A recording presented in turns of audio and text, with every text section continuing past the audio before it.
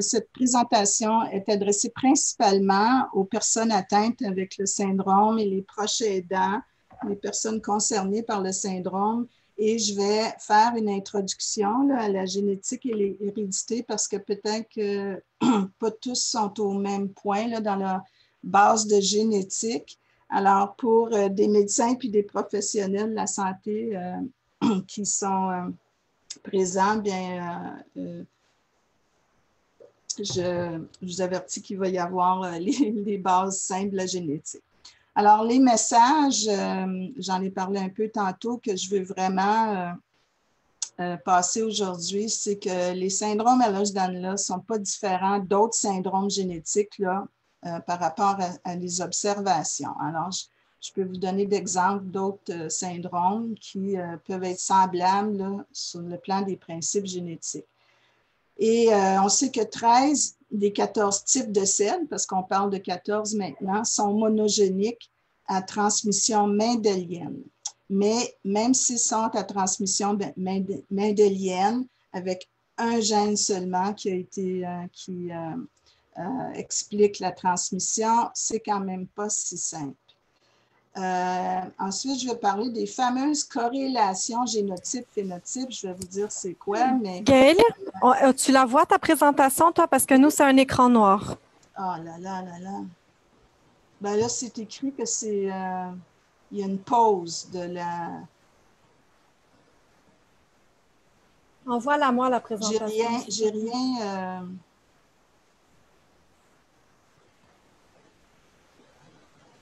Bon, d'accord. Pourquoi c'est en pause? Ça ne m'est jamais arrivé, ça non plus.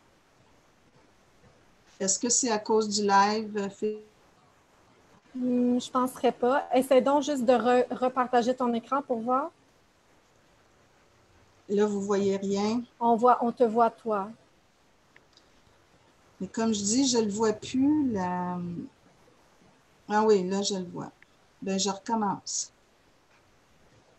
Mais j'espère que ce n'est pas à cause du Facebook Live, là, parce que... Voilà, ça marche très bien maintenant. Super, oui, c'est parfait. Il est allé sur pause sans que je fasse quoi que ce soit. Alors, je continue, je m'excuse vraiment. Donc, les corrélations génotype-phénotype, c'est ce qui est beaucoup à la base des classifications dont vous avez entendu parler, là, Villefranche-Berlin et les dernières de New York. C'est ce que les généticiens veulent toujours tenter de faire, ces corrélations. Je vais en parler. Ensuite, vous voyez à gauche de mes diapositives les hélices d'ADN, la double hélice qu'on appelle d'ADN, mais moi, je vais vous parler de la triple hélice.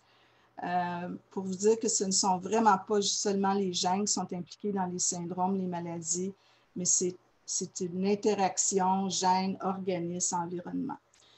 Évidemment qu'il y a le type le SED type hypermobile, pour lequel on n'a pas identifié de gène.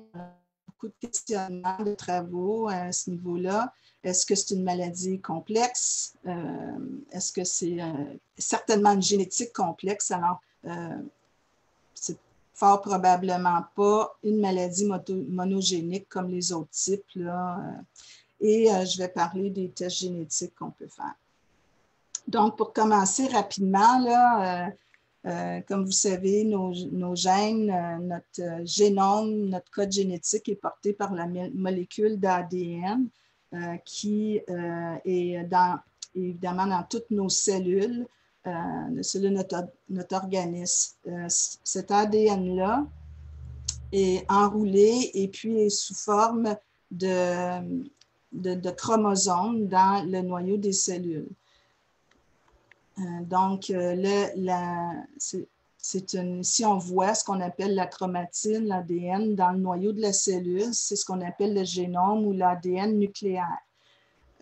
C'est pour vous dire, l'ADN est très, très compacté, là, sous forme enroulé et ensuite sous forme de chromosome, parce que si on le déroulait, ça ferait environ 1,5 mètres de longueur, qui est à peu près ma taille, même si je suis petite, mais donc il faut voir comment l'ADN est bien compacté pour que vraiment 1,5 mètre de longueur de cet ADN qui porte notre code génétique puisse entrer dans un noyau d'une cellule qu'on ne peut même pas voir à l'œil nu, mais seulement au microscope.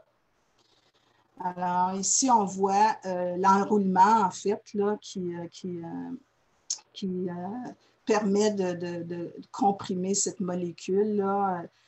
C'est enroulé en différentes étapes dans des structures qu'on appelle des nucléosomes pour enfin faire les chromosomes dont on connaît. Donc, pour l'ADN, qui est l'acide désoxyribonucléique, qu'on ne dit jamais au long, parce qu'on dit toujours ADN, beaucoup plus simple, est constitué de 4 petites molécules. C'est ça qui constitue notre code génétique. Donc, l'adénine, la cytosine, la guanine et la thymine. C'est ces 4 lettres-là qui sont à la base du code génétique. Donc, tout le 1,5 mètre de longueur, comme je disais, de la molécule d'ADN comporte ces 4 lettres en différentes combinaisons. Et séparé, l'ADN, évidemment, est constitué de plusieurs gènes. Chaque gène a son code génétique qui sert, en fait, à produire une protéine. Donc, chaque gène produit une protéine. Les gènes différents produisent des protéines différentes. Évidemment, c'est aussi une simplification parce qu'il y a beaucoup d'autres choses beaucoup plus compliquées qui se passent, mais je vous donne la base et on verra que ça peut être plus complexe plus tard. Après, en fait, il y a des étapes entre la lecture du code de l'ADN et la production de la protéine. C'est ce qu'on appelle, dans le noyau, se passe ce qu'on appelle la transcription. L'ADN est transcrit en ARN messager qu'on appelle. Je ne rentrerai pas beaucoup dans les détails là, de mécanismes là, qui concernent l'ARN, mais c'est pour vous dire que des événements peuvent se passer à toutes ces étapes pour causer des changements dans les cellules et causer évidemment, malheureusement, des maladies. Donc, l'ARN messager, en fait, c'est le code qui est transcrit, mais ensuite, il y a ce qu'on appelle l'épissage où on enlève des parties non codantes de l'ARN, parce que le code génétique dans l'ADN est séparé en parties qui sont codantes pour une protéine et non codantes. Les codantes, on les appelle les exons et les introns sont les non codantes. Alors, on enlève les introns, l'ARN passe dans la cytoplasme de la cellule où il a seulement les parties codantes et l'ARN, on dit qu'il est traduit pour devenir une protéine. Alors, la métaphore que moi je trouve la plus simple là, pour parler de l'ADN, le génome, l'ADN, les gènes, les chromosomes, c'est vraiment la bibliothèque, les livres, parce que comme l'ADN est le code, la seule différence, c'est qu'il y a seulement 4 lettres au lieu d'avoir toutes les lettres de l'alphabet. Alors, si on parle du génome entier, donc ce 1,5 mètre d'ADN avec tout son code génétique, on parlerait d'une bibliothèque qui serait divisée en 24 encyclopédies différentes, qu'on pourrait dire sont les chromosomes, et chaque livre de l'encyclopédie est un gène. Ce gène-là, il a son code génétique avec les 4 lettres. On dit qu'il y a environ 20 000 à 25 000 gènes dans le génome humain. Donc, lorsqu'on a fait le séquençage d'un projet génome humain, on a déterminé qu'il y avait 3,4 milliards de les molécules dont je vous parle, c'est les 4 lettres du code génétique. Et ce code-là, il pourrait être contenu dans environ 3000 livres si on mettait les caractères bout à bout. Les chromosomes. Ici, c'est ce qu'on appelle un karyotype, donc c'est l'analyse des chromosomes. Par exemple, si certaines des femmes qui écoutent ici ont déjà eu une intervention durant la grossesse qui s'appelle l'amniosynthèse, ou un enfant qui a des anomalies, des malformations, des fois une déficience intellectuelle, c'est un test courant qu'on fait depuis longtemps pour analyser les chromosomes. Alors, les gènes sont portés par ces chromosomes. On a 23 paires de ces chromosomes, sont en paires parce que, évidemment, on reçoit un chromosome de notre mère puis un chromosome de notre père. Alors, chacun est en paire. Nous avons 1 à 22, c'est ce qu'on appelle les autosomes, qui sont identiques chez les hommes et les femmes. Ensuite, on a les chromosomes sexuels, chromosome XX lorsque c'est une fille et XY lorsque c'est un garçon. Donc, il faut vraiment voir que les gènes sont transmis de parents à enfants portés par ces chromosomes. Un chromosome peut porter vraiment beaucoup les nucléotides ou les paires de base, donc ce que je voulais dire, les ACTG. Je vous donne l'exemple du chromosome 7, qui aurait 158 millions de ces lettres et peut porter jusqu'à 1000 gènes. Vous avez vu dans l'image précédente, les chromosomes ont différentes grosseurs et formes, c'est comme ça qu'on peut les reconnaître. Ça, c'est le chromosome 7 qui porte la gène de la fibrose kystique. En fait, je ne devrais pas dire ça, je devrais dire le gène associé à la fibrose kystique. Ce que vous voyez ici, c'est ce qu'on appelle une cartographie de maladies puis de syndromes. En fait, c'est assez curieux. Évidemment que c'est plus par les maladies et les anomalies qu'on n'a plus pu cartographier des gènes. Donc, en analysant la normale, on a trouvé les gènes qui ont leur fonction normale. Et puis, on a tendance toujours à dire le gène de la fibrose kystique, le gène du syndrome Ehlers-Danlos, ce que moi, j'essaie de ne pas faire. On voit ça dans les médias constamment, parce que les gènes ne servent pas à causer des maladies. Les gènes ont des fonctions normales qui sont modifiées, on va le voir, et peuvent être associées à des maladies. Il se donne que j'ai choisi le chromosome 7 où il y a 3 gènes en fait associés au syndrome Ehlers-Danlos, le syphoscoliotique, le type classique 2 qui est en fait le 14e type là, qui a été identifié, et l'Ehlers-Danlos arthrocalasique et cardio-valvulaire qui en fait partagent le même gène. Donc, on a toutes sortes de gènes comme ça répartis sur tous nos chromosomes, et des gènes pour aussi des traits, des conditions là, normales comme nos récepteurs olfactifs, etc. Pour le langage, toutes sortes de tous nos gènes. Ici, je vais expliquer ce qui se passe lorsqu'on transmet nos gènes. Alors, donc, je disais qu'on a dans nos cellules 23 paires de chromosomes, donc 46 chromosomes. Ça, c'est dans la plupart de nos cellules. Mais évidemment que lorsqu'on fait un enfant, on ne veut pas qu'il y ait ensuite 92 chromosomes chez l'enfant. Alors, ce qui se passe, c'est qu'il y a ce qu'on appelle la méiose, où les chromosomes vont être divisés de 46 à 23 chromosomes, dans l'ovule chez la femme, dans le spermatozoïde chez l'homme. Donc, la méiose consiste à diviser ces paires de chromosomes pour, dans les cellules reproductrices, il y a seulement un exemplaire de chaque chromosome. Et lorsqu'il y a fécondation, conception d'un enfant, alors on revient à 46 chromosomes pour faire un organisme humain normal et puis pour pas qu'il y ait accumulation des chromosomes à travers les générations. Et c'est très important là, de voir que cela se fait par hasard. à part de rares cas là, où c'est vraiment la division dans les ovules et spermatozoïdes se fait totalement par hasard. Je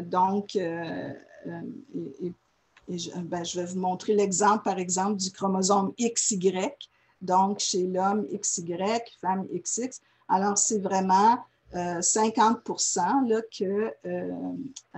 on a un garçon ou une fille parce que c'est vraiment à chaque grossesse, le hasard qui est un chromosome X qui est transmis ou un chromosome Y. Donc, c'est 50%. Mais déjà, je vais vous montrer, par exemple, avec le chromosome 1, je ne vous mettrai pas les 23 chromosomes parce que vous imaginez toutes les combinaisons possibles lorsqu'ils sont divisés dans les ovules et puis qu'un ovule rencontre un spermatozoïde, il y a toutes les combinaisons possibles. Je vous donne l'exemple ici avec le chromosome 1 où j'ai mis des gènes avec des supposés gènes différentes couleurs. Vous voyez, là, les formes, le code génétique n'est pas nécessairement pareil chez tous. Il y a des différences. Et donc, ici, le père a des chromosomes différents de la mère. Et puis, c'est vraiment le hasard qui fait que l'un ou l'autre sera transmis. Il y aurait 4 combinaisons possibles, en fait, mais ici, j'en ai choisi au hasard. Et ici, j'ai choisi l'exemple du même chromosome de la mère qui a été transmis au garçon et à la fille, mais un autre chromosome différent. L'autre chromosome est différent, celui du père, celui de la mère. Mais il y aurait d'autres combinaisons possibles. Et c'est ce qui fait que entre frères et sœurs, on dit qu'on partage 50% du patrimoine génétique de nos parents. Bien, il est différent, puis c'est pour ça que des frères et sœurs peuvent évidemment être très différents de l'un de l'autre et avoir aussi des similitudes. Bon, alors ça, c'est la base là, pour la génétique et l'hérédité. Puis, je vais en venir au CED et les gènes associés. J'ai repris ici, je m'excuse, c'est un peu flou, j'ai repris ici donc de la classification internationale en 2017 qui a été traduit par l'Union des CED en France.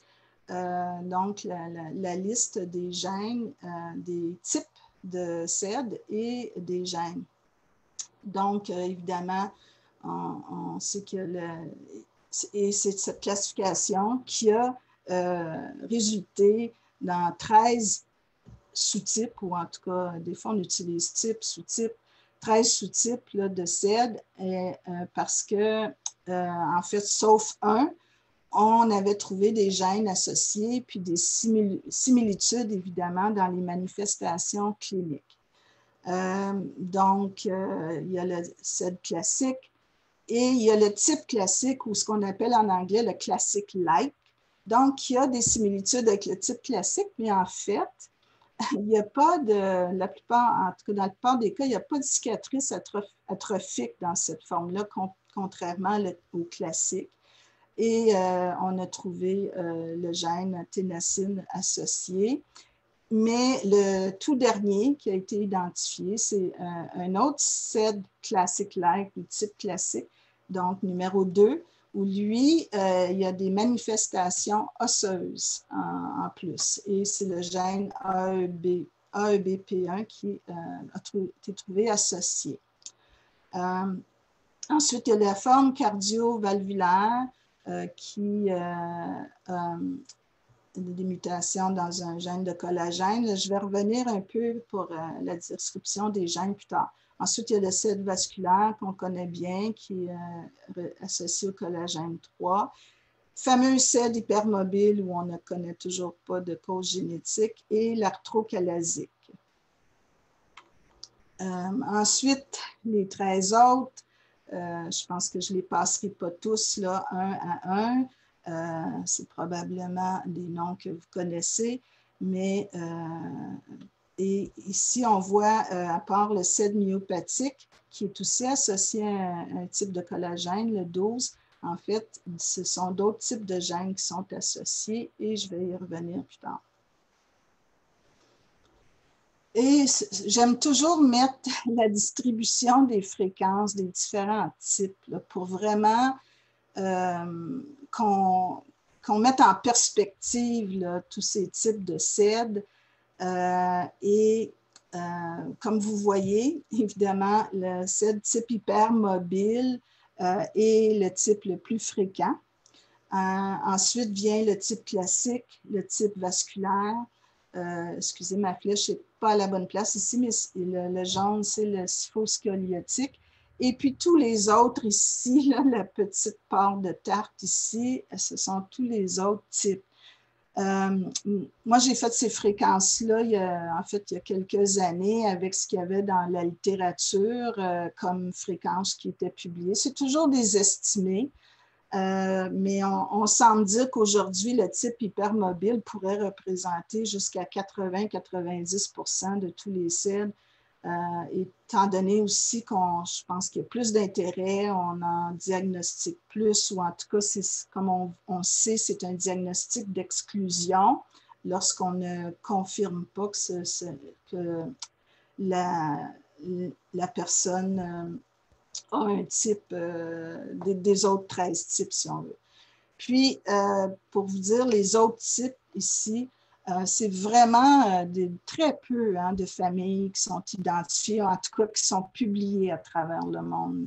C'est sûr qu'il y a des services de génétique, des cliniques qui doivent en identifier, puis ce n'est pas nécessairement publié, mais c'est quand même pas beaucoup d'individus, de familles qui ont ces autres types très rares. Alors, je disais plus tôt que j'aime pas dire on identifie un gène de telle maladie, tel syndrome, le gène du syndrome Ehlers-Danlos classique, parce que les gènes ne servent pas à coder pour des maladies. Elles ont des fonctions normales.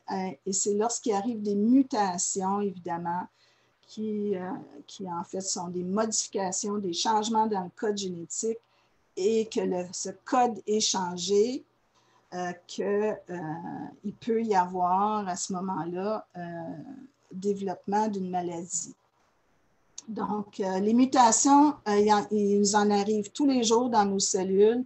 Il y a ce qu'on appelle les mutations spontanées, des mutations qui arrivent pour toutes sortes de raisons, dont des raisons même dues à la réplication de l'ADN, parce que notre ADN doit se répliquer dans nos cellules pour être divisé dans les autres cellules et pour être transmis dans les ovules et spermatozoïdes pour être transmis aux autres générations. Et des erreurs arrivent dans cette réplication. Mais on est assez bien fait qu'il y a des mécanismes de réparation qui peuvent corriger ces erreurs, mais des fois, il en reste. Évidemment que les mutations peuvent arriver aussi à cause de facteurs externes. Là. On sait des produits chimiques, des produits, des produits toxiques, les radiations. Donc, il y a évidemment d'autres causes possibles pour les mutations. Donc, il y a toutes sortes de mutations. Ça peut être simplement le changement d'un des nucléotides ou une de ces, l'adénine, cytosine, thymine ou guanine, à une autre lettre. Comme pour continuer ma métaphore de livre, de lettres, bien, supposons que le gène, le code génétique normal, code pour une protéine qui est porc avec un T. Donc, je veux aller au port pour admirer les bateaux. Ça a beaucoup de sens. Mais si une mutation arrive et le A est changé pour un C, alors là, je veux aller au port avec un C pour admirer les bateaux. Ça a moins de sens, à moins qu'on aille sur une ferme et que cette ferme est tout près de l'eau. Mais bon, alors on voit donc qu'il y a s'il y a un changement dans le code, il y a un changement dans la protéine qui peut causer une maladie. Pas toutes les mutations, en fait, là, j'utilise le terme mutation. Maintenant, on utilise beaucoup plus le terme variant, donc une variation dans le code génétique. C'est plus neutre comme terme. Mutation, habituellement, on associe ça au développement d'une maladie. Variant, bien, variant peut être neutre. Il peut y avoir un changement comme ça d'une lettre dans le code génétique, mais ça demeure neutre, il n'y a pas d'impact.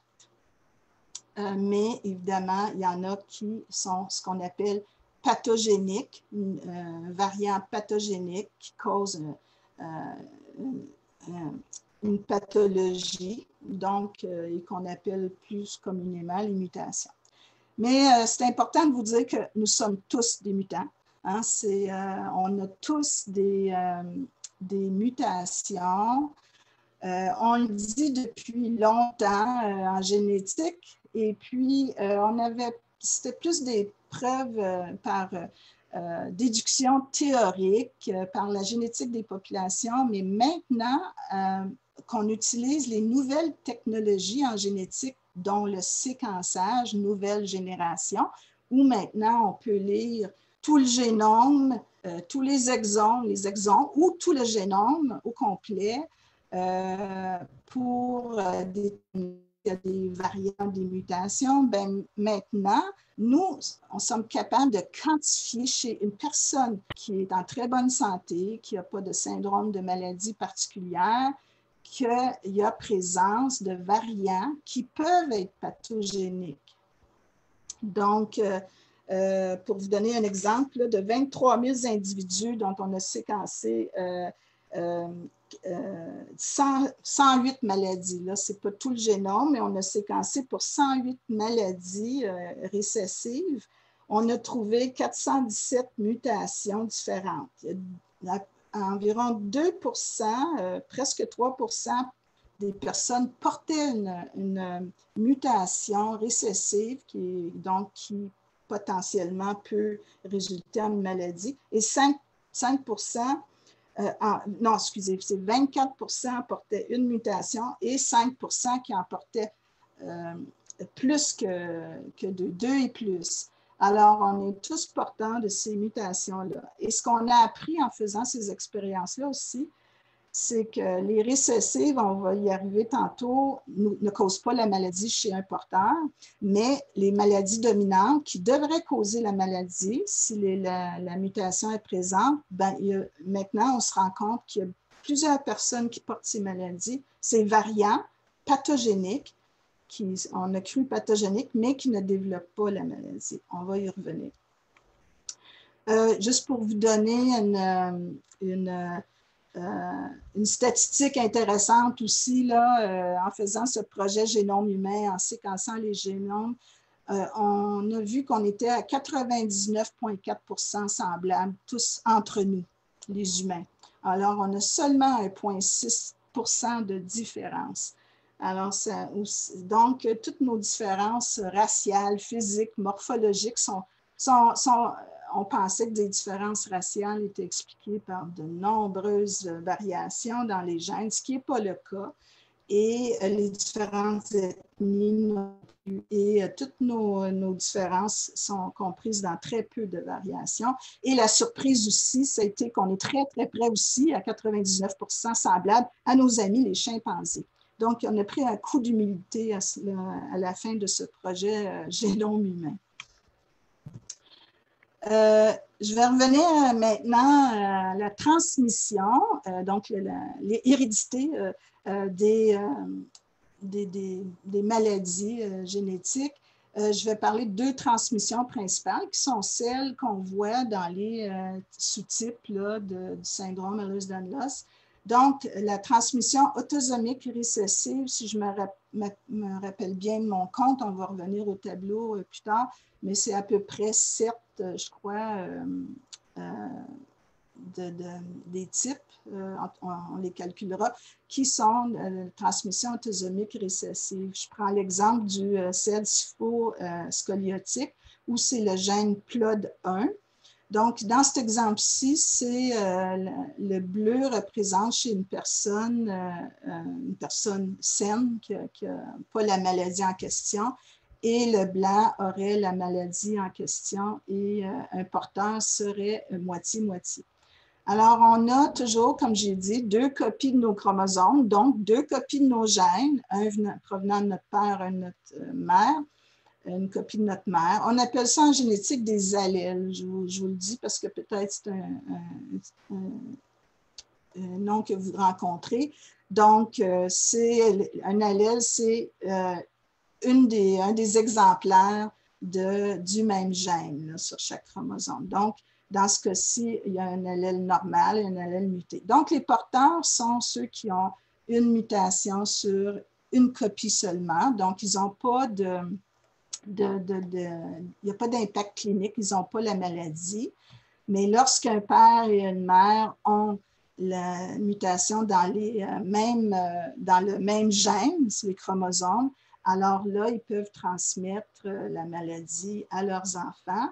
Il y a 4 combinaisons possibles, comme je disais tantôt, pour chaque chromosome, 4 combinaisons possibles. Alors, si le père et la mère donnent la copie, transmettent la copie qui porte l'allèle muté, l'enfant peut développer la maladie. Et donc, les probabilités, c'est 25% à chaque grossesse.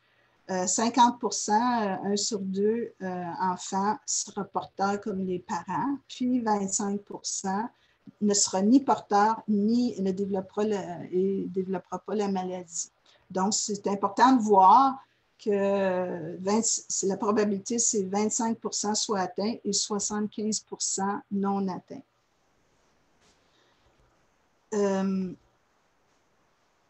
Oui. Ensuite, la transmission autosomique dominante. Bien, là, j'ai pris l'exemple du CED classique où c'est le gène COL5A1 qui est impliqué. Donc, dans ce cas-ci, pour la transmission dominante, il suffit qu'une copie soit mutée pour que la personne développe la maladie. Dans ce cas-ci, c'est le père qui aurait la copie mutée et aurait le CED classique. Dans ce cas-là, la mère ayant 2 copies normales du gène, c'est 50% que les enfants puissent être atteints et 50% qui sont sains. Je vais en profiter pour dire ici que, évidemment, si je reviens à ma transmission autosomique récessive, donc les 2 parents ne sont pas atteints. Donc, en général, on n'a pas d'antécédents médicaux de la maladie, à moins qu'il y ait de la consanguinité dans la famille, à moins que ce soit un gène une mutation qui soit très fréquente dans la population, mais on a rarement des antécédents familiaux. La maladie se situe surtout dans la fratrie. Lorsque c'est une transmission autosomique dominante, alors on a souvent donc un des 2 parents qui est malade. Autosomique veut dire que ça n'a aucun lien avec les chromosomes sexuels, donc c'est autant les hommes que les femmes qui peuvent développer la maladie, être atteints. Mais il y a 2 choses. La première chose, c'est que la maladie doit commencer à un moment donné dans la population. Alors, il se peut que ça fait plusieurs générations que la maladie est là. Souvent, on peut voir ça, des maladies sur 3-4 générations. La difficulté avec le CED, par contre, c'est évidemment toute la question de la définition clinique du diagnostic. Alors, on sait qu'il y a 30 ans, 50 ans, peut-être que donc les générations précédentes, on ne diagnostiquait pas le CED. Alors, on voit souvent dans les antécédents médicaux des choses comme ma grand-mère ne pouvait pas marcher, mais je ne sais pas pourquoi, ou elle avait de l'arthrite rhumatoïde, ou mon père avait beaucoup de douleurs au dos. Donc, il faut toujours faire attention. Il se peut qu'il y ait des antécédents familiaux. Il faut aller plus loin là, dans les antécédents, dans la description. Mais il y a aussi ce qu'on appelle des mutations de novo, une mutation spontanée qui arrive chez une personne. Et donc, comment cette personne-là, donc ce père qui est malade, et peut-être qu'il n'y avait aucun parent qui avait les manifestations du CED, et puis ça commence chez cette personne-là. Donc, il faut toujours faire attention là, quand ça arrive, que j'ai déjà entendu des gens dire « ça ne peut pas être génétique, il n'y a pas d'antécédent ». Il y a plusieurs raisons qui peuvent expliquer le fait qu'il n'y aurait pas d'antécédent. Et pour vous donner un exemple, dans le CED vasculaire, plusieurs études ont montré qu'il y a quand même un assez haut taux de mutation de novo qui peut être jusqu'à 50 %. Donc, il est possible là, de diagnostiquer quelqu'un avec le CED vasculaire et qui n'a pas un parentel. Donc, les syndromes à l'os de noce, c'est pour ça aussi que je voulais vous expliquer les bases et puis vous expliquer pourquoi sur le plan des observations génétiques, ce n'est pas si différent d'autres syndromes génétiques. Pour l'instant, on va exclure le CED hypermobile qui, on le sait, a ses particularités. Donc, juste un instant, je prends une petite pause. Sur le plan des observations génétiques, voici ce qu'on voit pour plusieurs syndromes. On va voir souvent un syndrome qui peut avoir plusieurs sous-types, mais qui a plusieurs gènes associés. Et puis, même dans ce cas-ci, pour les CED, un même sous-type a plusieurs gènes. En génétique, c'est ce qu'on appelle l'hétérogénéité génique. Donc, des gènes différents peuvent causer la même maladie génétique ou le même syndrome ou le même sous-type.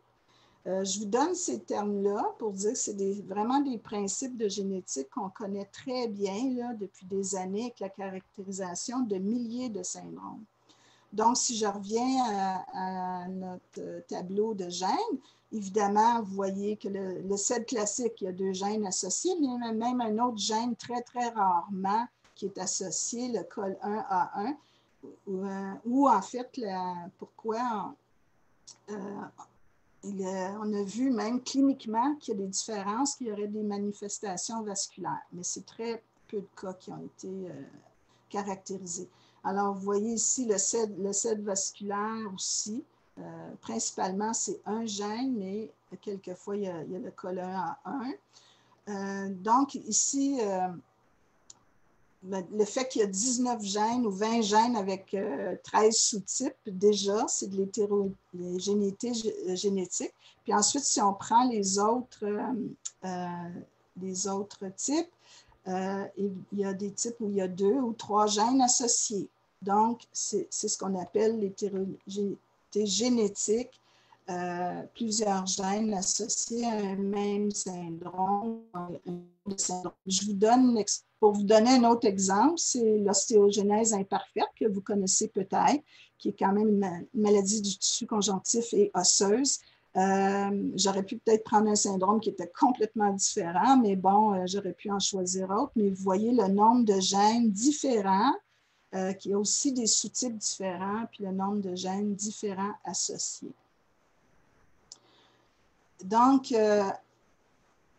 puis les mutations. Là, on va parler des mutations. En général, pour tout syndrome maladie, il y a des centaines, même des milliers de mutations différentes dans le même gène qui cause la maladie ou le syndrome. C'est ce qu'on appelle l'hétérogénéité allélique, l'hétérogénéité de mutation. Il y a une exception qu'on connaît bien, vous connaissez, c'est l'anémie falciforme, que beaucoup d'Européens sont ici, là, que vous appelez plutôt la drépanocytose. Celle-là, c'est principalement une mutation qu'on retrouve tout le temps dans le gène de l'hémoglobine. C'est très, très rare, cette situation-là. Puis même ça, la maladie n'est pas si simple que ça. Mais vraiment, en général, c'est des centaines ou des milliers de mutations différentes. Ce qui veut dire que pour quelqu'un qui est atteint du CED, dans sa famille, il y a une mutation habituellement qui donc cause la maladie dans la famille. Et une autre famille, ça va être une autre mutation. On parle même souvent de mutation unique, de mutation privée, unique. On va parler de ça souvent parce que comme il y a toutes les possibilités de mutation, ben, ils n'arrivent pas à haute fréquence. Quelquefois, on va voir des mutations qui vont se répéter, évidemment. Là. Et des fois, il y a ce qu'on appelle des mutations récurrentes. Mais bon, en général, il y a de l'hétérogénéité allélique. D'autres observations génétiques, 2 sous-types différents qui ont le même gène, on l'a vu là, dans l'exemple du CED dans le tableau. La même maladie syndrome qui a le même gène, mais qui a une hérédité autosomique dominante ou récessive. Alors, je peux revenir ici. En fait, il y avait beaucoup plus là, transmission autosomique récessive là, à travers les 13 sous-types. Mais je vais revenir ici au CED myopathique où on peut avoir une transmission dominante ou une transmission récessive. Ce qui veut dire que certains types de mutations, il suffit qu'elles soient présentes en une copie pour causer la maladie.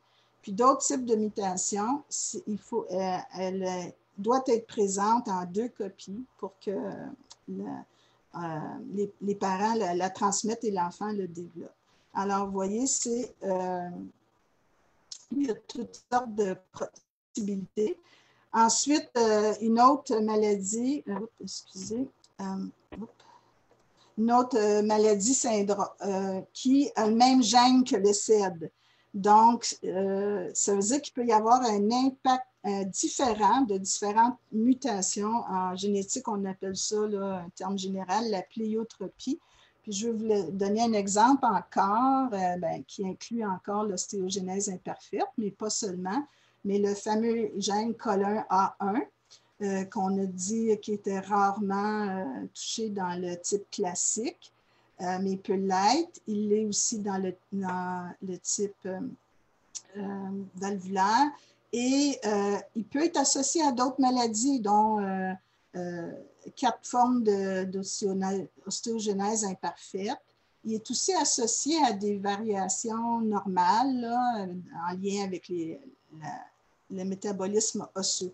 Et le colin A2 aussi, qui est en fait, ici, ce n'était pas le valvulaire, là, mais ici, dans le cardiaque valvulaire, le colin A2, et aussi dans c'est les anciennes dénominations là, qui sont écrites ici, là, avec les fameux chiffres romains, et dans 3 formes d'ostéogenèse imparfaite. Donc, voyez-vous comment c'est pas simple, que ce n'est pas une maladie, un gène, les mêmes manifestations, et voilà, c'est facile à diagnostiquer. Ce n'est pas du tout le cas.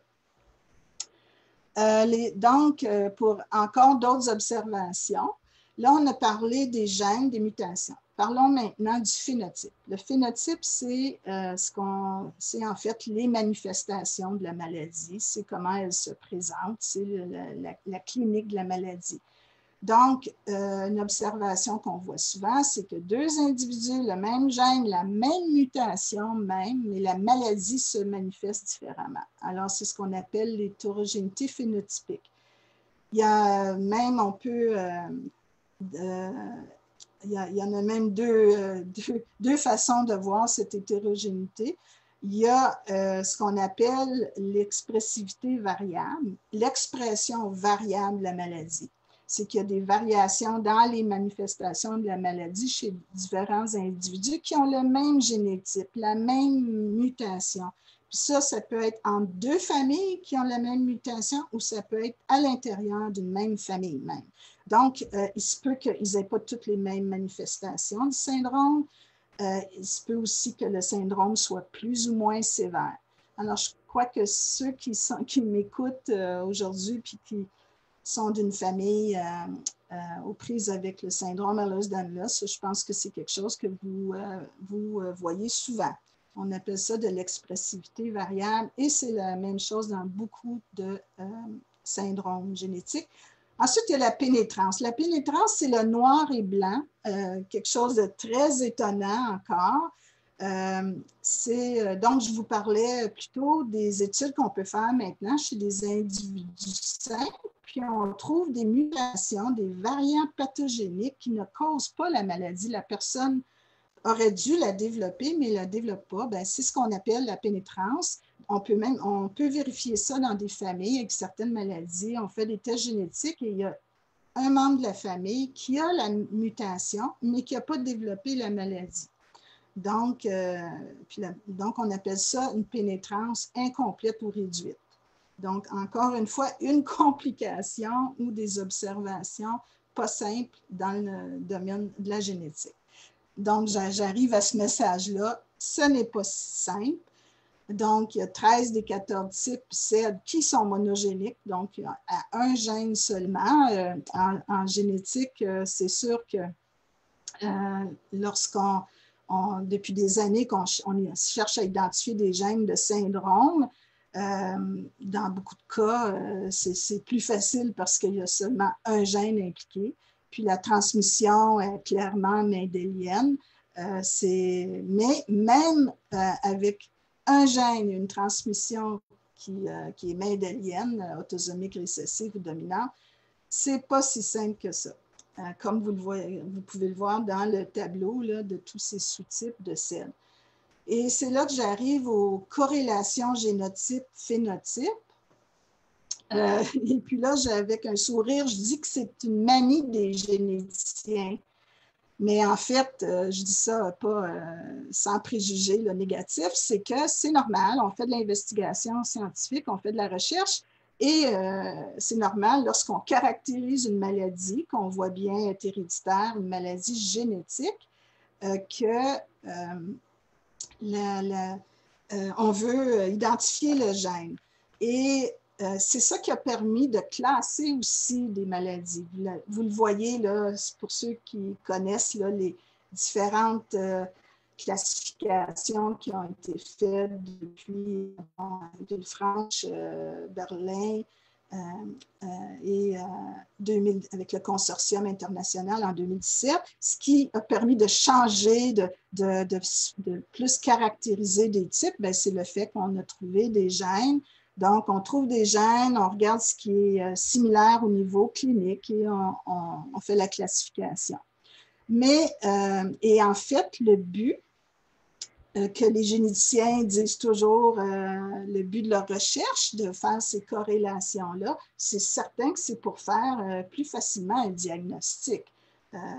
Si on n'a pas de gène, on peut faire des diagnostics cliniques, évidemment, en tout cas au moins présumés, mais ils ont toujours argumenté, les généticiens, que si on trouve de bonnes corrélations génotype-phénotype, donc telle mutation cause telle phénotype particulier, c'est plus facile aussi de trouver un traitement.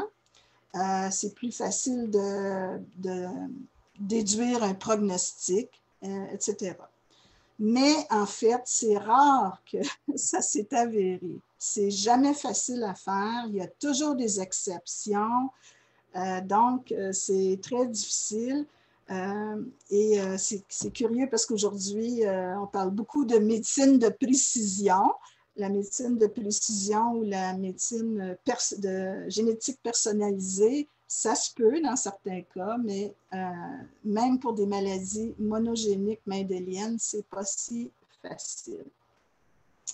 Donc, c'est comme le Graal ou le Saint Graal des généticiens que de pouvoir là, faire ces corrélation génotype-phénotype. Bon, des explications, et c'est là que je vous arrive avec la complexité de la génétique, que c'est vraiment pas simple et que trouver une explication pour des observations ou réduire à une hypothèse, c'est peut-être pas une bonne façon scientifique. Donc, les explications. On va commencer par le génotype, le gène ou la mutation. Premièrement, ça dépend du gène, la fonction du produit du gène. Donc, un gène qui code pour une enzyme, par exemple. Une enzyme change un produit A en produit B dans notre métabolisme. Ça a l'air très, très simple, mais c'est probablement aussi plus simple là, comme phénotype, manifestation de la maladie, que d'autres gènes structurels. Par exemple, dans le cas du CED, où il y a beaucoup le collagène, donc ce qu'on appelle des protéines de structure, ça peut avoir des effets beaucoup plus complexes qu'une simple enzyme. Mais bon, il y a aussi des enzymes impliquées là, dans le CED.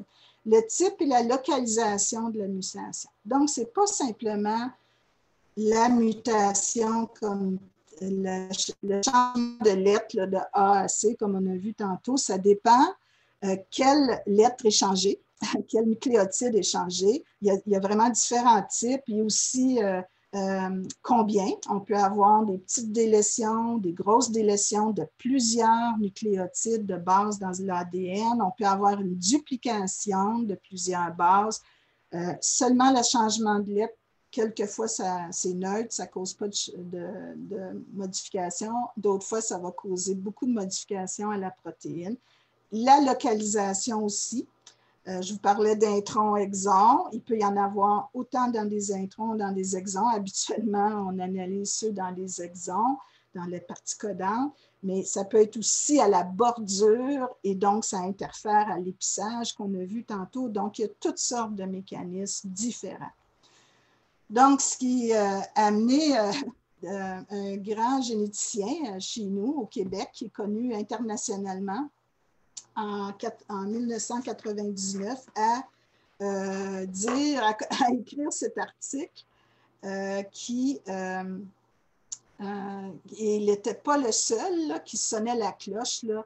Les maladies monogéniques ne sont pas si simples. Et puis, il a pris l'exemple de la maladie sur laquelle il a travaillé toute sa vie. C'est quelqu'un qui est rendu près de 100 ans aujourd'hui, je crois. C'est la phénylcétonurie, que vous connaissez peut-être les parents, parce que autant beaucoup de pays d'Europe et au Canada,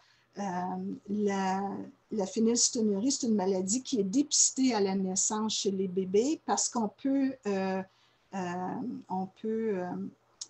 donner un traitement dans les premières semaines de vie qui vont vraiment empêcher la morbidité de cette maladie qui est quand même, qui peut causer une déficience intellectuelle. Donc, on donne une diète spéciale. Donc, en fait, ça, c'est un exemple.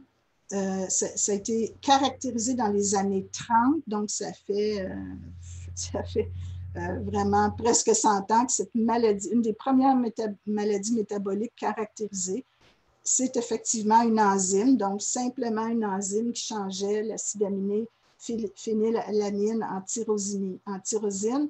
Et on pensait que c'était simple et on comble avec une diète qui comble la phénylcétonurie s'accumule. Donc, on veut donner une diète faible en protéines pour qu'il y ait moins de phénylcétonurie dans l'organisme. Et on pensait que c'était si simple, une enzyme qui transforme produit A en produit B, mais depuis, on a vu toutes sortes de différences cliniques et puis il y a des cofacteurs. Et donc, c'est un exemple là, de la complexité. Ça, je veux juste le montrer rapidement. C'était aussi dans l'article de la classification 2017. Donc, comme évidemment, il y a le gène, mais la protéine qui est produite, c'est quoi sa fonction? Alors, on voit déjà aussi la complexité avec les SEB, qu'ils ont divisé en 4 groupes, le type de protéines et leur fonction. Donc, évidemment, il y a le collagène. Il y a des défauts de... Ici, c'est plus la production, le collagène, la biosynthèse. Ici, c'est son repliement, sa façon sa structure dans les différentes fibrilles, etc., dans le tissu conjonctif. Ensuite, il y a le défaut de ce qu'on appelle la myomatrice, où c'est l'interface entre le muscle et la matrice extracellulaire, la matrice autour d'une cellule et comment elle interagit avec les autres types de cellules. Ensuite, la biosynthèse des glycosaminoglycanes, qui est une composante, évidemment, du tissu conjonctif.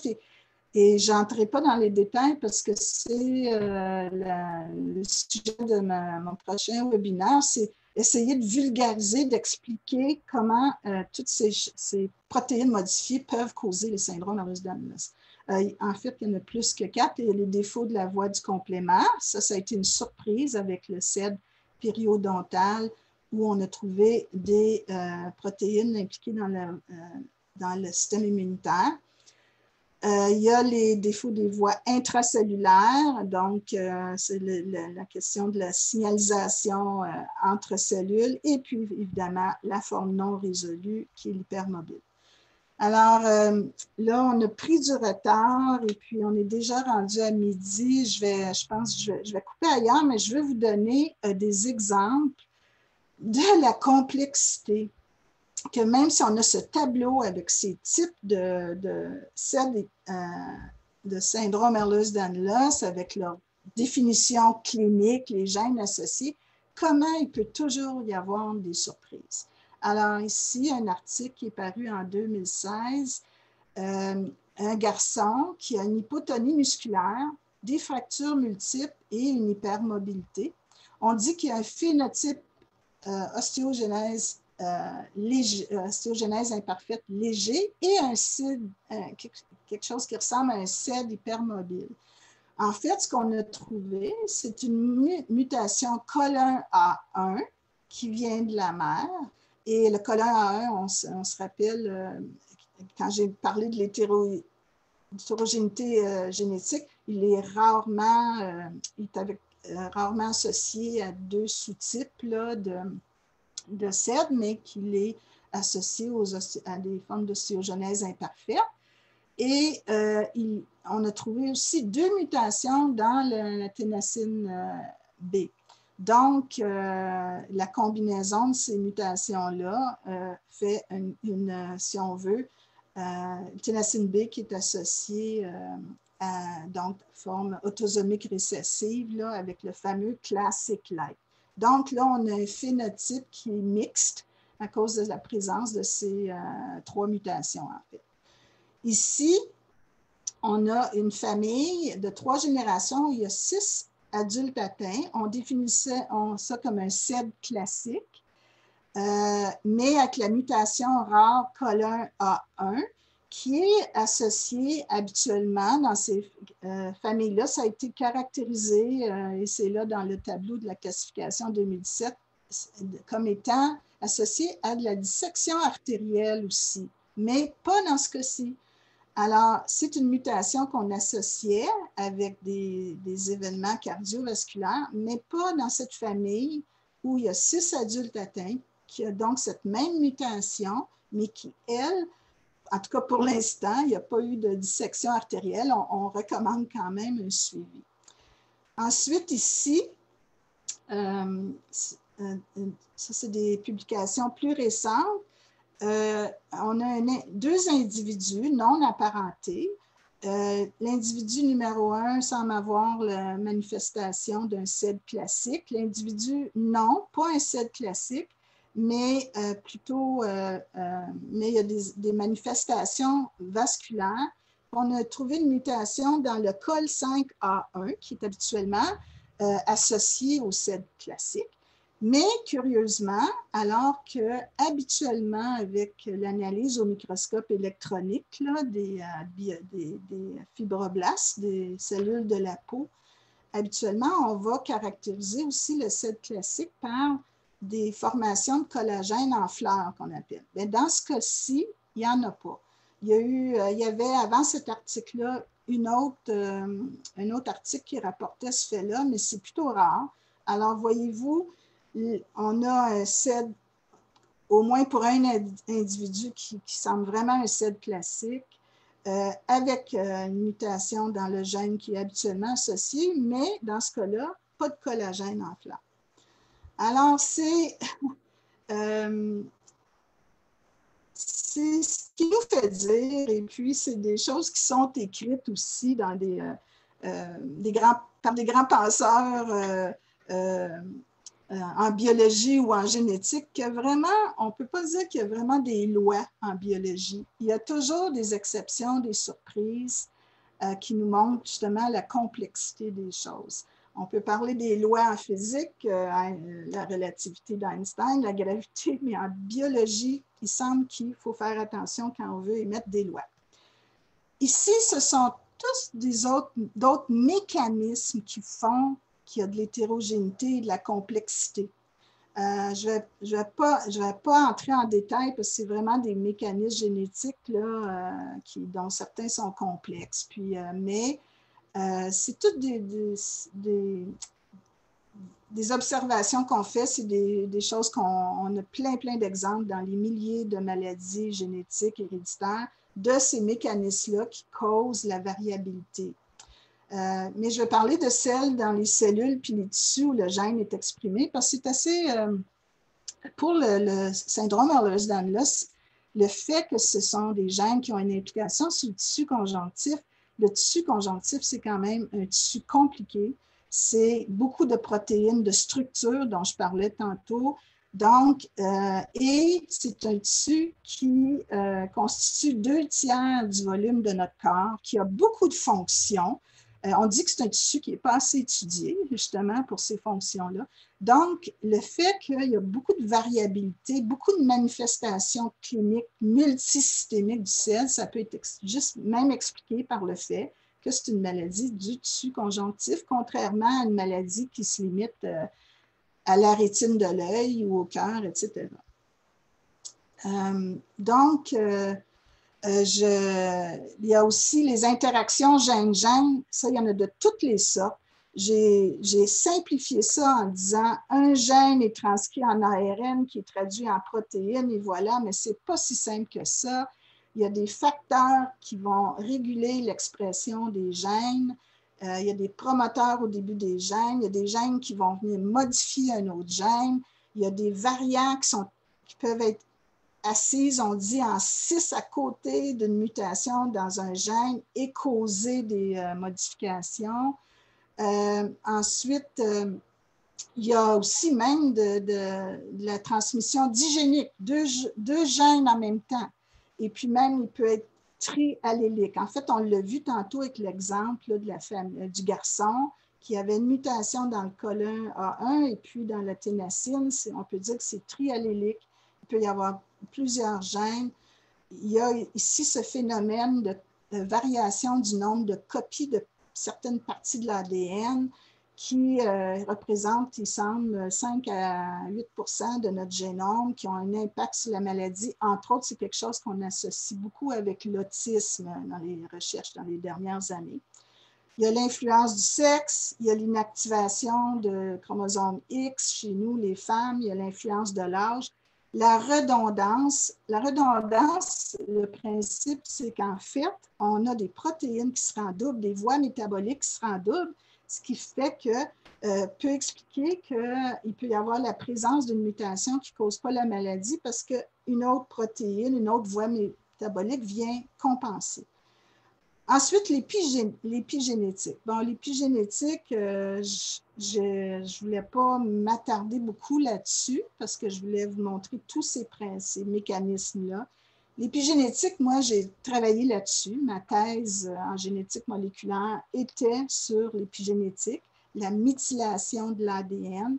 Donc, en fait, c'est au lieu d'un changement dans le code génétique, dans les ACTG, la séquence d'un gène, c'est des modifications qui ne sont pas dans le gène comme tel, mais dans l'ADN et qui ont un impact sur l'expression de ce gène-là. Donc, moi, j'ai travaillé sur la méthylation de 2 gènes en particulier. C'est des groupes méthyl qui sont mis sur les cytosines dans la séquence d'ADN. Donc, ça ne change pas la séquence, mais ça change l'expression du gène. Ensuite, il y a toutes les interactions gène-environnement. Donc, je vais un exemple là aussi de mosaïcisme. C'est quelque chose qui arrive en génétique dans beaucoup de syndromes. Ici, un article qui a été publié en 2017. C'est le laboratoire Dr Malfait, où on avait une personne avec des signes cliniques du CED et aussi des fractures là, similaires à une forme légère d'ostéogenose imparfaite. Encore une fois, une mutation dans le colon A1 qui est associée à l'ostéogenose imparfaite, mais c'est une mutation qu'habituellement, en fait, on voyait dans une forme létale de ce syndrome. Donc, un bébé qui avait cette mutation-là ne survivait pas en général. Mais là, cette personne-là avait une mixte encore CED et ostéogenose imparfaite. Puis ce qui l'expliquait, c'est que les mutations ne sont pas présentes dans toutes les cellules. Ils ont fait vraiment du séquençage, etc., des fibroblastes, des cellules de la peau et de l'ADN dans le sang. Ils ont remarqué que c'est à peu près 9 % de présence de mutations dans les cellules de la peau et on ne voyait même pas la mutation dans le sang. Donc, ça aussi, c'est un mécanisme qu'on connaît où, en fait, au début, ça peut être au début de notre développement. Les cellules ont une mutation, mais elle n'est pas transmise à toutes les cellules. Donc, on est des mosaïques. Comme on parle de tuiles mosaïques, là, nos cellules, en fait, sont un amalgame de deux génotypes différents. Donc, certaines cellules auraient une mutation, puis d'autres pas. L'influence du sexe, bien, ça, c'est quelque chose qui est connu aussi dans beaucoup de syndromes, dans plusieurs syndromes génétiques. On le voit avec le SED. Toutes les études, je pense, toutes les cliniques l'ont montré que c'est 80% de femmes qui sont atteintes ou plus sévèrement atteintes. Plus sévèrement atteintes, on va dire. Et puis, évidemment, une manifestation clinique souvent plus légère chez les hommes. Pas toujours, mais souvent plus légère, ou des fois même pas diagnostiquée. Alors ça arrive dans d'autres maladies. Il y a deux principes qu'on appelle l'influence qui est limitée par le sexe. Ça, c'est dans le cas où c'est des maladies qui touchent évidemment des caractéristiques qui sont présentes seulement chez un sexe, là, comme des anomalies utérines ou testiculaires. Mais il y a ce qu'on appelle des maladies influencées par le sexe, donc par des facteurs reliés au genre. Donc, ça peut être des facteurs hormonaux, anatomiques, etc. Alors, on dit souvent qu'on pense que chez les femmes, le SED, ça pourrait être des facteurs hormonaux à cause, les changements dans la vie de puberté, ménopause, grossesse, ménopause, etc. Anatomique, bien, on sait depuis longtemps qu'en principe, les femmes sont un petit peu plus hyperlaxes que les hommes là, dans la population, comme il y a des ethnies aussi qui sont plus hyperlaxes que d'autres. Et évidemment, en bas âge, on est plus hyperlaxe que plus tard dans la vie. Donc, là, je vais terminer plus rapidement. On parle souvent des jumeaux, jumelles identiques, monozygotiques qu'on appelle, parce qu'en principe, ils ont le même ADN. Bien, il faut, puis là, je m'excuse, c'est une diapositive que je n'ai pas traduite, mais on dit souvent que ça va être à cause de l'environnement. Puis maintenant, on parle beaucoup de l'épigénétique pour expliquer. Mais ce n'est pas seulement ça, mais évidemment qu'il y a un rôle de l'environnement. Je vais simplifier ici avec des expériences. Donc, A, B, C, D, E, F, G, ici, c'est des génotypes, excusez, des génotypes qui sont différents génotypes. Là. La plante A a un génotype différent de B, C, D, etc. Et on les met sous la même lumière, on les met donc on leur donne finalement tous les facteurs uniformes, sauf pour la solution de nutritif qui est déficiente ici.